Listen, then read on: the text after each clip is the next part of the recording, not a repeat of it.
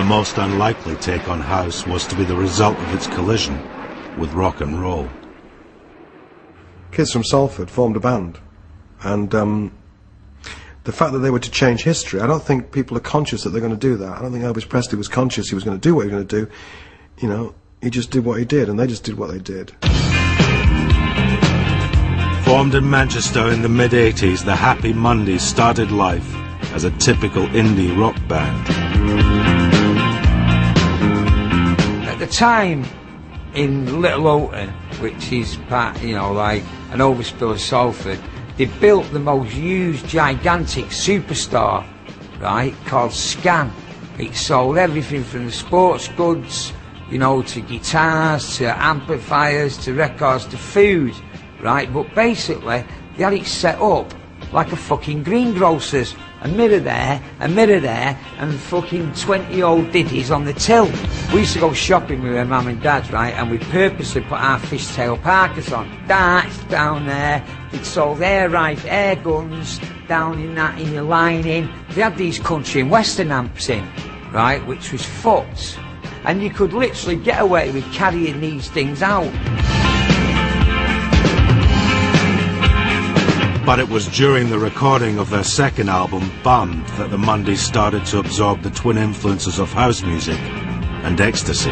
20 or 30 of our friends had come down to this little club.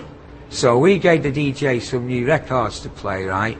Put a pill down his neck, and we're all dancing like this and having a great time. And then there's all these squaddies, and all looking like that. What's your fucking mate looking at, and why are you dancing like that? You taking the piss. So me and another pal of ours, I won't mention his name, said to this guy, look, just put one of them in your mouth, and in an hour's time, right, just trust us, in an hour's time, you'll enjoy yourself, and there'll be no fighting, and you'll be dancing like us. He ends up scrounging like about 30 pills for all these squaddy mates. So 2 hours later, we've got all these squaddies in this thing doing this, you know, and dancing and going, saying, this is the best thing, I don't want to go back in the army and all that lot. So there we are in Driffield, and I drove over there, but in between that and finding all these squaddies looking for the Mondays in the local pub, I finally find the studio in this courtyard and go in the recording room, and there's Martin Hannett recording a wonderful rock track, God knows which one. And then I go across the courtyard to what is normally where musicians play pool and hang out and drink coffee and get bored. And all I could hear was coming out of this space, and there was no lights on. I remember opening the door, and it was pitch dark, and stumbling over bodies and lots of black vinyl. And across the way, they were recording this rock album, but in this room, they were all lying on the floor, out of their heads, just playing this weird, obscure, American imported house music. To put a house beat into their indie rock, the Mondays brought a DJ into the studio. Rope for Luck was just... The way I approach that mix is what works on the dance floor. None of us really knew how it was going to turn out. I knew what I wanted. I knew that the rhythms in rock records never worked. So it had to be more rhythmic, especially the bottom end. So it was all about changing the B line and the drums.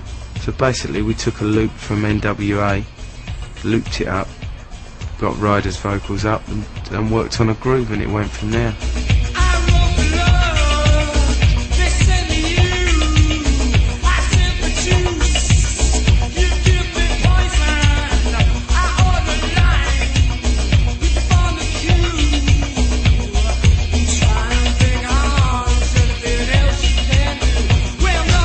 Well, what he brought to it, right, was he brought that sort of trance to it. Do you know what I mean? Where, you know, you didn't have to, well, the boom, you know, you could give it all that and things, you know what I mean? And even do cartwheels and things, you know, and things like that. He brought that smooth mellowness, everything to it, all the right ingredients. When you've got the trust that Sean and the boys gave us, and the vision that we had, it just worked. It wasn't something you sat down and tried to work out why it worked. There was a vibe, and the vibe was a good vibe. And plus, we didn't have a clue. You know, if you'd have shown me a mixing desk, then, you know, I'd have thought you cut sheet metal on it. Think about the future, the future. The Mondays led an explosion in indie dance music and took house to a whole new audience. Think about the future, the future. And I'm quoting the Daily Telegraph here. The drummer and bass player of the Mondays changed British music by adapting the house rhythms of Chicago to British rock, punk, indie or whatever. They were the synthesizers. They were the people who inadvertently put all this shit together.